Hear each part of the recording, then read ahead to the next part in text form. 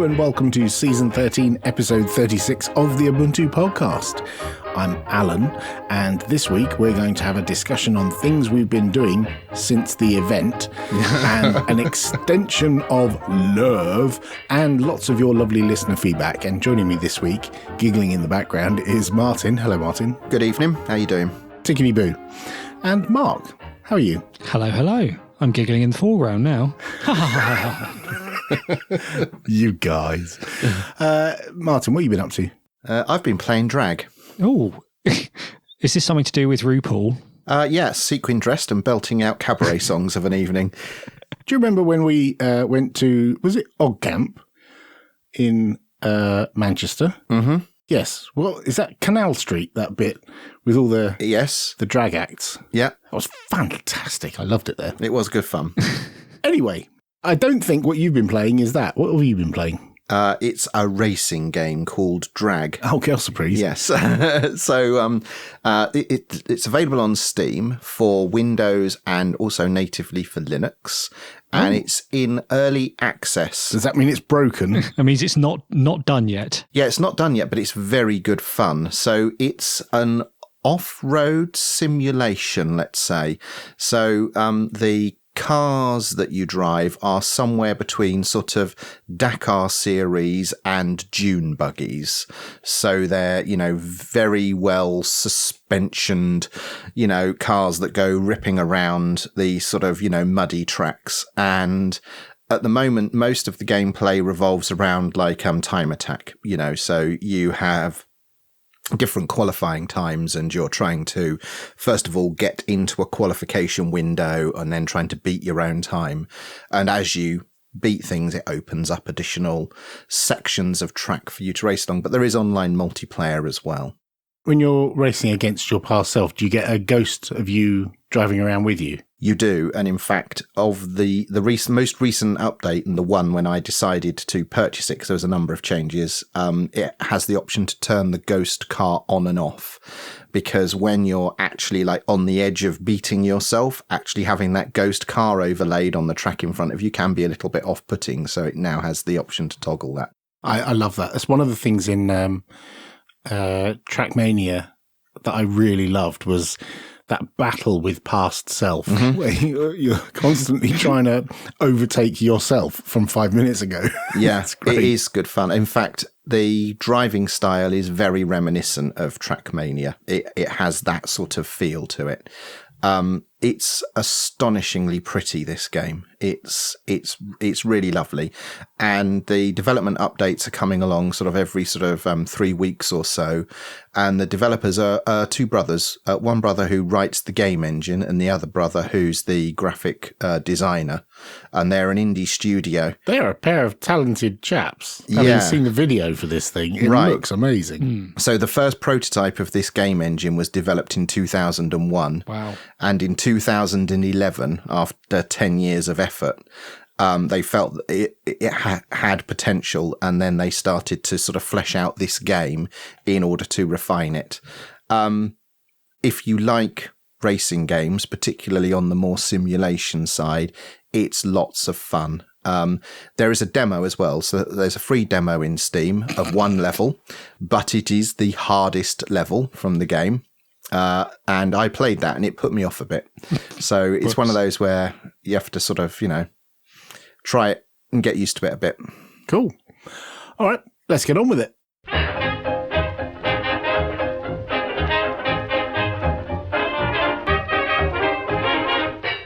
So we talk a lot about computers and what we've been doing this week relating to computers. I thought, let's have a conversation about things we've been doing away from the computers, maybe, or not related to Ubuntu and Linux and that kind of stuff. Specifically around switching off, especially around these times.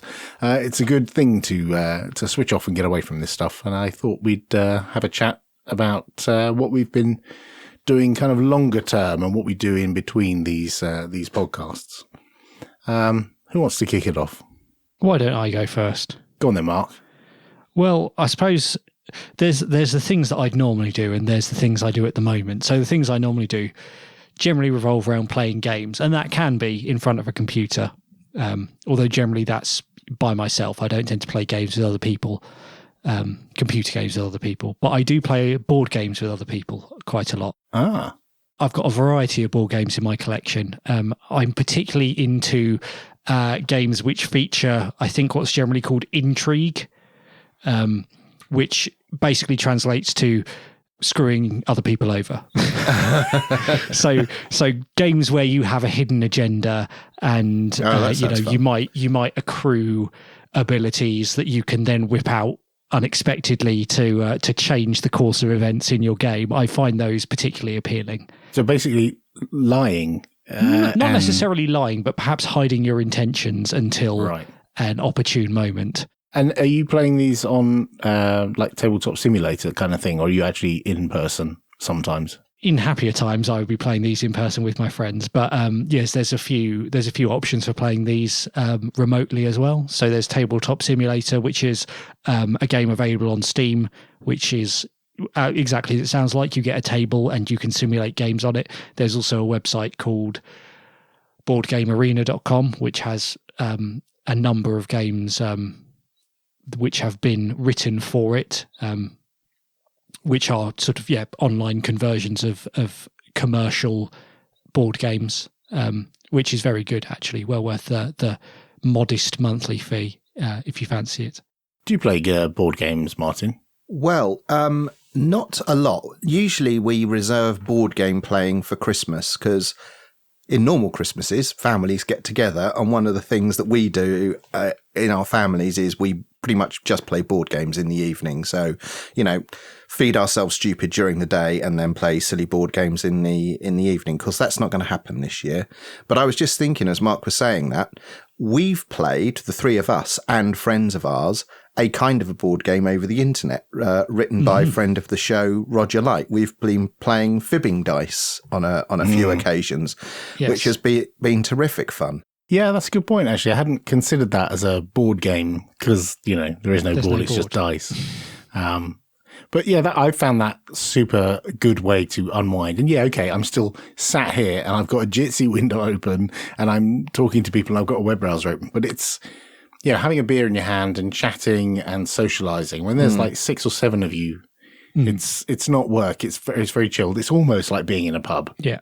If I'm right, Roger created this online version of fibbing dice because he has a group of friends he would routinely go out with, and they play fibbing dice in the pub. Yeah. And so this was created in order to recreate their Tuesday nights down the pub playing dice. And we're the beta testers for it. Yes, and jolly good it is too. Yes. So given that I can't do this as often as I'd like these days, there's another thing that I've been doing more recently. As listeners will know, my partner and I had a baby almost exactly a year ago now. She's just turned 1. So I've been going for a lot of walks. We've got like a harness where you can strap the baby to you. And I go for walks and listen to podcasts and carry my baby around. Is this what you use those Anchor Fire headphones for that everyone seems to be buying now? Yes, all the cool kids have them. So I tend to listen to not tech focused. In fact, I don't think I listen to any Linux podcasts anymore. I listen to other topics on podcasts. I listen to Freakonomics and More or Less and No Such Thing as a Fish. Just sort of general things about the world which aren't necessarily tech focused, and just wander around and switch off and enjoy my daughter screaming at dogs. We've mentioned podcasts in the past and we've gone through, rattled through, and I've certainly heard you mention some of those before. Are there any you've discovered this year that you hadn't listened to previously? Oh, now you're putting me on the spot. I'm going to have to look at my podcast. Well, I can ask Martin the same question. So the reason I was going to chip in here is for the opposite reason. I have stopped listening to podcasts entirely during these times. I think I've I could probably count on one hand the episodes of podcasts that I have listened to since March this year. Was this a conscious decision, or you decided to do other things? The opportunity to listen to podcasts went away because there's been no going on trains or planes or cars to go anywhere.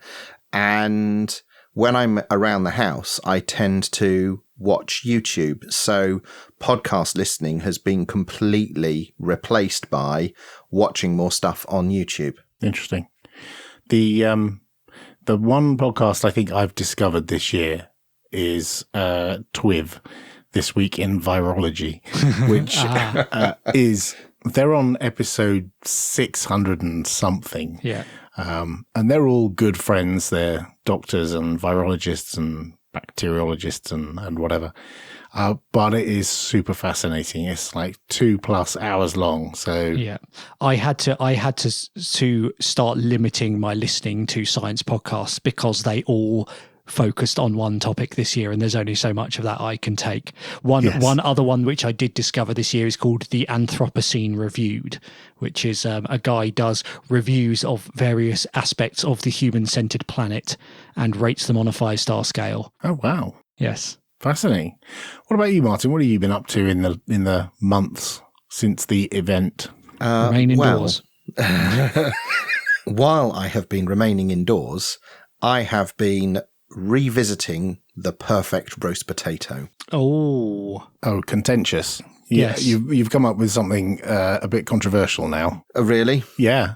Well, there's do you part boil them first, and do you put baking soda in the water, and do you shake the potatoes, and do you ruffle them, and do you use an oil that you've pre-cooked some rosemary and garlic in? Or there's just so many options. I can explain the method that I have settled upon, and it's not so different Steady on, from... we haven't got all night. No, it's very quick, and it's not so different from when we discussed this a couple of years ago, which, by the way, was one of our most popular episodes because it got retweeted by BBC Food or something. Anyway, and the three of us all shared our method. So, yes, parboil the potatoes for exactly 6 minutes. So the potatoes go into boiling water, 6 minutes, not a second longer. Tip the water out. Yes, rattle the potatoes round the pan. 1 teaspoon of flour, rattle the potatoes around. Contagious and then already. The change I've made is I'm now using mild and light virgin oil, olive oil. Olive oil, really? Yeah, but the mild and light. Interesting. So heat that up in the oven first, and then tip the potatoes into the hot oil, and then turn them after about 25 minutes. Do them for about 50 minutes to an hour, and don't season them with anything other than a little sprinkle of salt. And they come out absolutely crispy golden on the outside and fluffy in the middle. And I can get them exactly the same every single time now. Interesting. And this was kind of born out of a little bit of necessity because of the way the shops work now. Earlier on in lockdown, we were buying food for 10 days at a time. Yeah. So I figured out in order to get us through 10 days, we don't have enough freezer space for lots of frozen things. So I was buying 5 kilos of potatoes. So it's what can you do with potatoes? Roast every day. Perfect. There are many things you can do with potatoes, Martin. You know that. So yeah, there are plenty of things, but who doesn't love a good roast potato? Well, indeed. So consequently, the roast dinner consumption has escalated somewhat as well. I've been trying to heat the oil in a pan with rosemary and garlic in it, Right. and then sieve that out and put that in the oven and put the potatoes in that, so that it's got aromatic and flavour oil. If it were down to me, I would subscribe to doing something like that. However, I have a 10-year-old in the house who is very particular about what they're prepared to taste and not. So we haven't gone for anything exotic. But given my choice, yes, I would probably flavour the oil with something. I have a recipe for oven chips, which is very similar to what you've described. Except obviously because they cut smaller, there's a shorter parboiling time. But I've tried various fats, and I've found that actually just good old plain rapeseed oil is the winner for me. So rapeseed oil is what I was using, and is the one thing I have changed in my experimentation from rapeseed oil to mild and light olive oil. Maybe I'll have to try olive oil again. Interesting. It's a contentious topic, and I think we'll get a lot of feedback about this. I think we'll get more feedback about that than anything else. Send your feedback to martin@wimpress.com. So what else you've been listening to podcasts as well, Martin? Did you say? No. What I've been doing is watching a lot of things. And in addition to YouTube, I think I mentioned earlier in the year we got a Disney Plus subscription. Yeah. Yes. I have been watching a lot of science fiction. And the way I end my day now is I get my tablet and I sit in bed and either watch a film or a couple of episodes of something. And so far, I've worked my way through the entire Marvel film catalogue and the first season of The Mandalorian and all of Star Trek Discovery. I've rewatched Altered Carbon, both seasons. Oh my gosh, was it really worth watching again? I loved Altered Carbon. I thought it was great. Bored of that. I was zoned out. The first season in particular was really good, but I really like Poe. He makes it for me. And then I'm most of the way through Agents of S.H.I.E.L.D. Ah, yes, we've just been watching that. Is that any good? Oh, it's really good. Yeah. I was not like I expected it to be at all. I thought it would be like a bit sort of forced and like, let's really try and make a series and make it fit in with the films, but it's not like that at all. No, it's good. It's very good. Very good characters. And one of the characters has the same name as my daughter, so that's nice. This is true. So I'm up to season 3, and so far I've enjoyed all 3 seasons. Yeah. And I like I won't give anything away. And anyway, this sort of watching Star Trek, some friends of ours, Dave and Yannick, have a podcast, Tea Earl Grey Hot. Oh, is that a Star Wars thing? That's right. Yes. It's Serenity. Mark a bit slow to the bite there. I have now been on that podcast 3 times, which has been good because it's caused me to actually go and watch some episodes and pay closer attention to things in order to then do a review of those episodes. So I've been moonlighting, and in fact, I think the latest episode I was on with them is out next week or something. So. Excellent. So, Alan, what have you been doing with your time? I've been decluttering. I've been getting rid of things. I found it very therapeutic to catalogue stuff that I don't think I need anymore. So, hold on. Is it the decluttering or is it the cataloguing that's therapeutic here? Yes. So I've been cataloguing some things that I don't think I need anymore, but also checking on some things that have been busted. Like I had a SDK, should we call it, for the Nintendo 64. It's called a Dr. V64, and it's been sat in a drawer for years, literally, because the power supply popped. And I opened up the power supply and a fuse had blown because some other component had blown. And I didn't really want to go down to debugging a power supply because I'm not that expertise. And someone on Twitter pointed out that there's a company in Hong Kong who sell replacement power supplies for this 10-year-old device, 15-year-old device. And so I ordered a power supply. So I'm probably going to sell this thing on eBay because now it works, and I've tested it and it does still work now that I've got a new power supply for it. So, fixing up a thing that's been sat in a drawer, not actually getting any value from that thing until now. And it turns out they're worth a bit. So, I might get a bit of money for having kept it in a drawer for 15 years. But yeah, so I've been, the cataloguing stuff I've been finding fascinating as well. I've got a spreadsheet that's got all the things that I've been putting on eBay, how much, I sold it for, when it sold, what the PayPal fees were, how much the eBay fees were, and all that kind of stuff. So I can see, have I made any money from these things, and how much have I made, and what kind of price point is worth putting something on eBay. And I've been trying to get hold of packaging that is, low cost, but well packaged.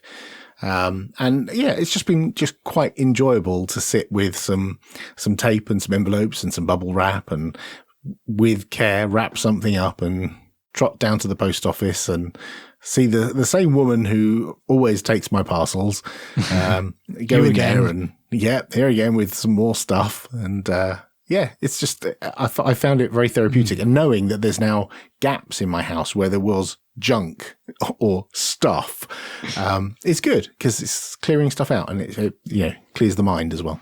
Yeah, we've actually been having periodic clear outs, as I'm sure any parent will attest to.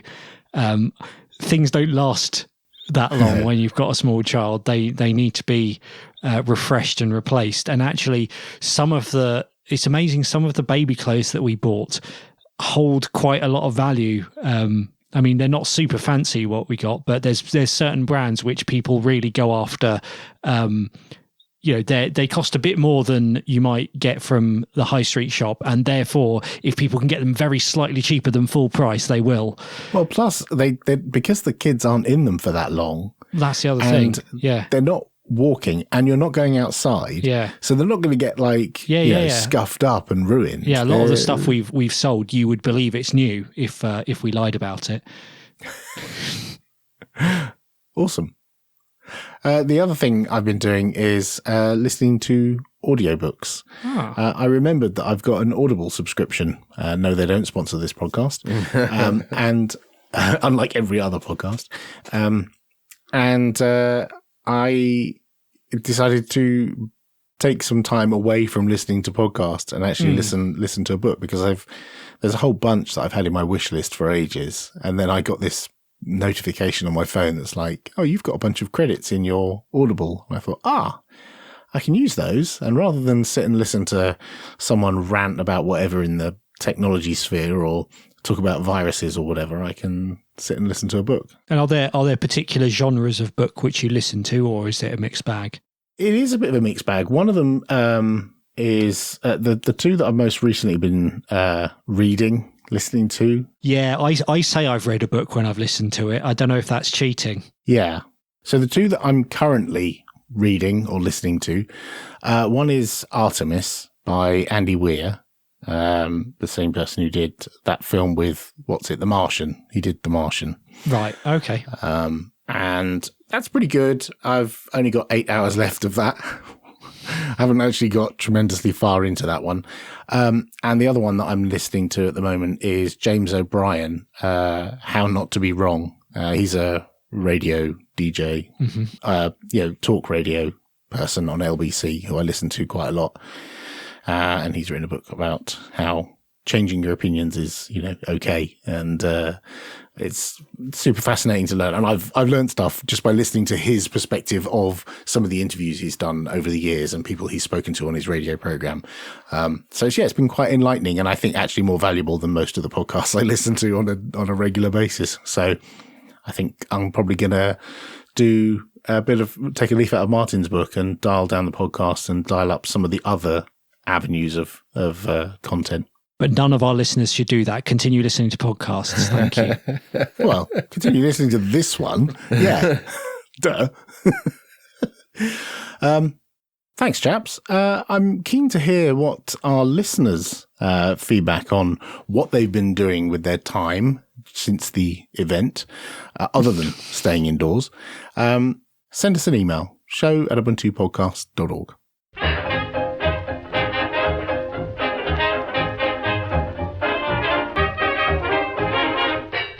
And now it's time for Extension of Love. I'm extremely worried about this, but carry on. Where is this going? It's a GNOME extension. Oh, thank goodness. Good. There you go. See, normally we do command line loves, but this isn't command line. Right. And it's not a GUI love, it's a GNOME extension. And I thought it was a useful one. And I discovered this via the Ubuntu discourse. It's called Snap Manager. And once you've added it, it gives you a little menu in the indicator area in the top right-hand corner. And it's got a little Snapcraft logo. You know the little bird? Mm-hmm. It's got a little Snapcraft logo, and you get a little drop-down menu. And it's got a bunch of options that let you control snap refreshes. So, for example, it lets you list what snaps you have installed, show what changes have been made recently. So if anything is updated in the background, you can see a list of what's changed in the background. And it also tells you what's going to refresh the next time you do a refresh. Oh, that's neat. You can trigger a refresh. You can install snaps and remove snaps with it. So it's basically just like a snap manager, which is why it's got the name Snap Manager. But it also has some additional options. Via the discourse, we had a conversation and some people suggested some extra options that they might want to add. And there is, for example, hold refreshes for an hour or a day or a week. So you can just say, don't do any refreshes for a week. Maybe you're preparing something and you don't want your system to update, or maybe you're in a remote location on a very low speed connection and you don't want any updates to happen in the background. You can just say, well, hold them for a week. Yeah. Or maybe you're doing benchmarks and you want to stick on a particular release, or you're preparing a piece of software or whatever it might be. So I thought this was really super because a lot of the expert level Snap stuff is on the command line, and this really is just a graphical front end. For some of it, all it does is open a terminal and issue the command in a terminal. So it just means you don't have to remember what the command line syntax is. You just pick it from the extension and a window pops up and the command runs. And I actually use it a lot. It also pings you notifications in the notification area. So if you've got applications that need to be updating, you get a little notification with a list of them, and you can just press a button and say, yeah, go and do them. Or you can just defer it and do it later. It's really rather good. I really like it. It's pretty basic. It's just the front end to the command line, but it's really useful. I'll put a link to it in the show notes.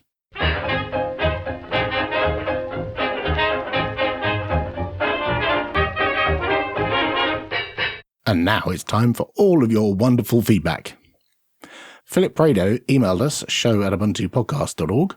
Currently, I use the provider Cloudamo to host my Nextcloud instance, and I keep my media library on my personal desktop at home, which I access using Jellyfin. I love both Nextcloud and Jellyfin, but I was really hoping to move both of those services under one roof so I don't have to manage two separate locations. The problem is, I don't want to leave my power-hungry desktop on if I can help it, so I would either like an affordable VPS which can become home to both services, or an affordable rig I can manage from my home. I'm not sure if a Raspberry Pi will be powerful enough to stream the movies and TV shows at 1080p to me and my 5 other family members who also take advantage of my library. Also, I don't love the idea of a headless server, since that seems too much of a headache to manage for someone who just wants to have easy access to his own digital property. If you have any suggestions or feedback, I would appreciate it, because I am really not quite sure what the best route is. I have opinions. Go for it. I would say having a headless server is not such a bad idea. I've recently moved my headless servers up into the loft or attic, and they've got a network cable coming down, so they're plugged into the network. So they're out of sight and out of mind.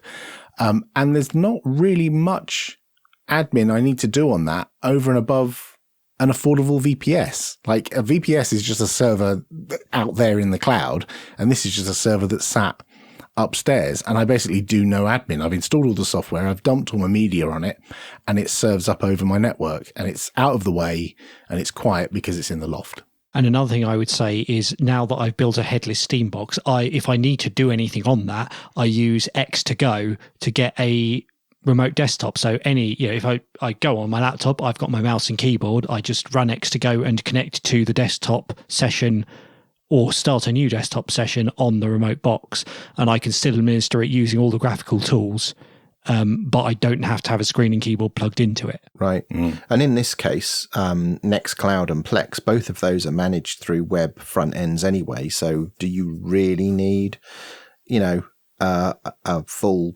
machine with a display and what have you to access those web services?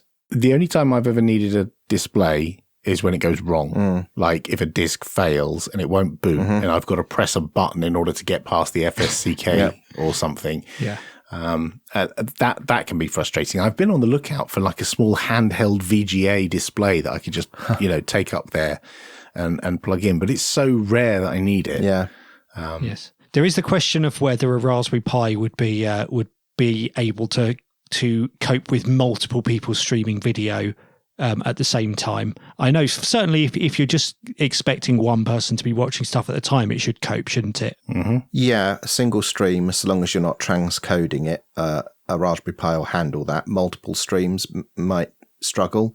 And I was thinking to myself about this, if you really want something with a display, then you could consider getting a second-hand laptop and using that as a pseudo server. And then it's got a built-in keyboard and screen when you need it. And you can plug your UPS and plug your storage in, over USB. I use a NUC for my home server, and all of my disk arrays are plugged in over USB 3. Jason Simmons emailed us. I was especially amused by the reaction of Martin and Alan to Mark's reading of the features of Triskel OS. One of these features is Triskel Mini for older machines and netbooks, to which Alan and Martin spat their tea and biscuits across the room. Yes, the poor old netbook has been superseded by shiny and expensive privacy-invading devices from the likes of Google and Apple. However, I happen to have a small accumulation of them, for they are still alive, feeling sorry for themselves, looking for a purpose in the world. In particular, the Acer Aspire 1 tends to be gravitating towards me.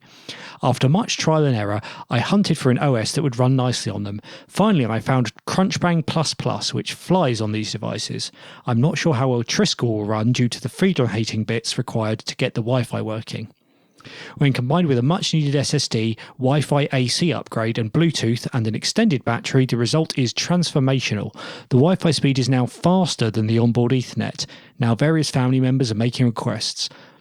I entertain myself and get real work done on these little devices. Whilst I'm not always doing real work directly on the machine, it is always in the background playing music or syncing files from my freedom-hating Android phone via Nextcloud. So I'm not sure I spat my tea out about netbooks per se. I mean, I have a Dell Mini 9, but that thing is 11 or 12 years old now. So it was more about the vintage of these things and therefore the usefulness of them. Yeah, I think that was my consternation really as well. Is just there is a limit. Like I like retro, like you've seen my collection of ThinkPads. I like retro stuff, but if I want to get stuff done, I think there is a limit to how far back I'm willing to go and put up with like super old machine, because there's like RAM and IO and I just can't get my job done at a reasonable pace. Yeah, okay, if I'm opening text files and that's all I'm doing, fine. But I think there are limits to how far back you want to go. And I'm fine with the netbook form factor. I have 7 GPD devices as testament to that fact. James Smith emailed us. I was listening to Season 13, Episode 26, about old things being more fun than new things. And I must say, I agree to a point. I think it is often that our memory of old things has turned golden with time, so that nothing new ever seems to live up to it. But about a month ago, while fruitlessly scanning Netflix, it dawned on me that my preference in entertainment could essentially be summed up as Thunderbirds, but for adults. When I go back and watch Thunderbirds, it's not as good as I remember it. Are we doomed to eternally search to relive the feeling that we never actually had in the first place? It's a good question. Isn't Team America Thunderbirds but for adults? Yeah. I've been rewatching Ulysses 31. Oh, have you? Really? Yes. Where have you been just watching as it? good. I've got a box set. I've got the DVDs. No way. Yes. Unbelievable. I used to watch that at like 5 a.m. in the morning when nothing else was on. I think it's still just as good. It stands up. That one, I think, stands up. But I think it depends. Some of them do, some of them don't. So, not prompted by me, but my daughter has watched the remake of Danger Mouse, and then, because she enjoyed it, went seeking out more Danger Mouse and found the original series and has watched those. And I've watched the original Danger Mouse with her, which I loved, and that stands up. I was surprised that it's not as animated as I remember it, but the dialogue is fantastic and they're just as fun as they always were. Crumbs, Chief. Yes. Mike emailed us. I make my own SteamOS from an Ubuntu installation nowadays. I got everything working, custom Proton, Wine, etc. I do this by modifying the original SteamOS sources, then repackaging into debs and install them. I'm trying to finalise this project and make it available on GitHub if anyone is interested. This is only intended to be a quick fix until I can finish the actual SteamOS installer fork, which I'm also working on.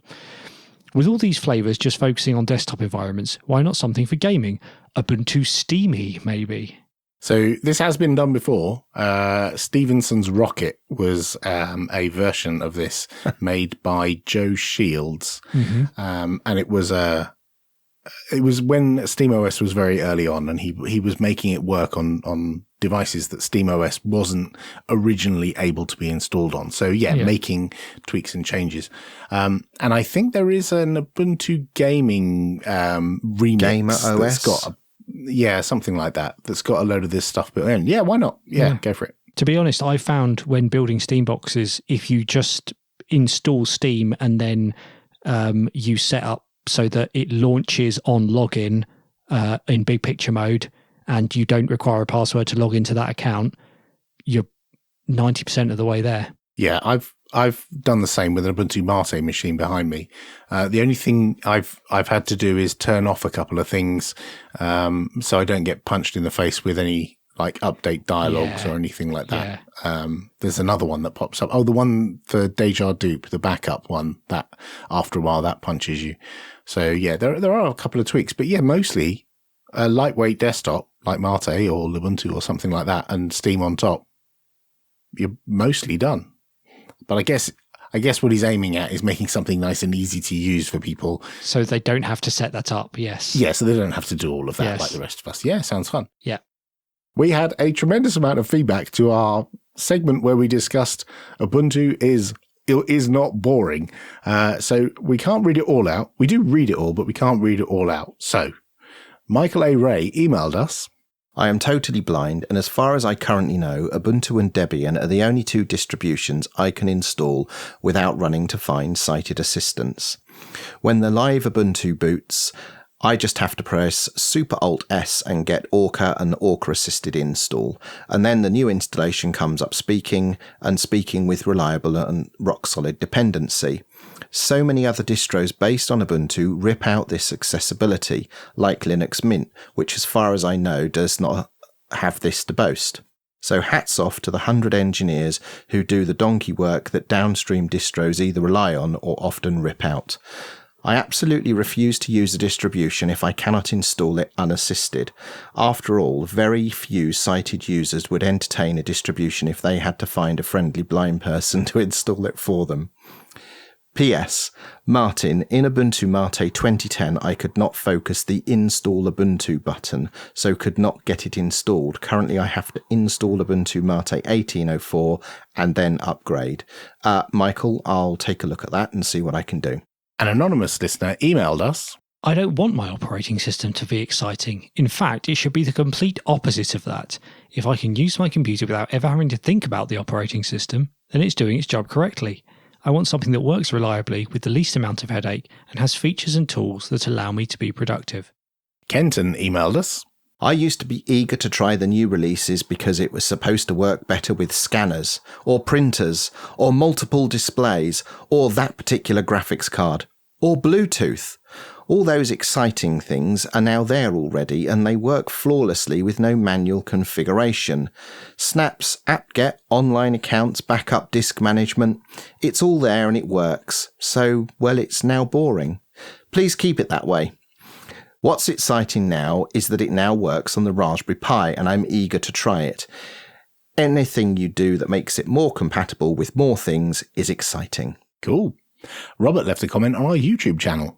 I saw that video, and it seemed to me like he was saying something controversial to pull in the views. Not only has Ubuntu matured, I think the average Linux user has matured as well. We certainly have. Like a fine cheese.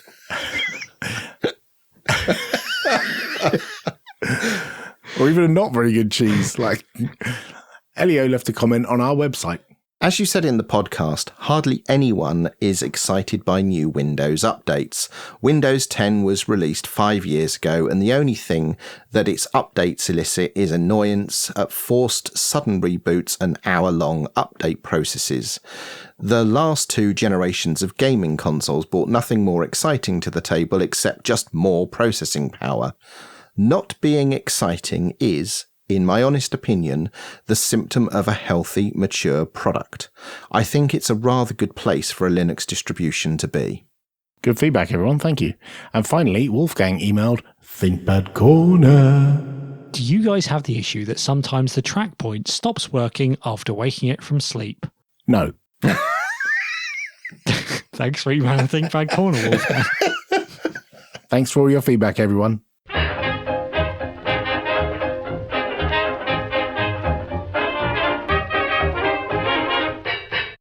And that's all for episode 36.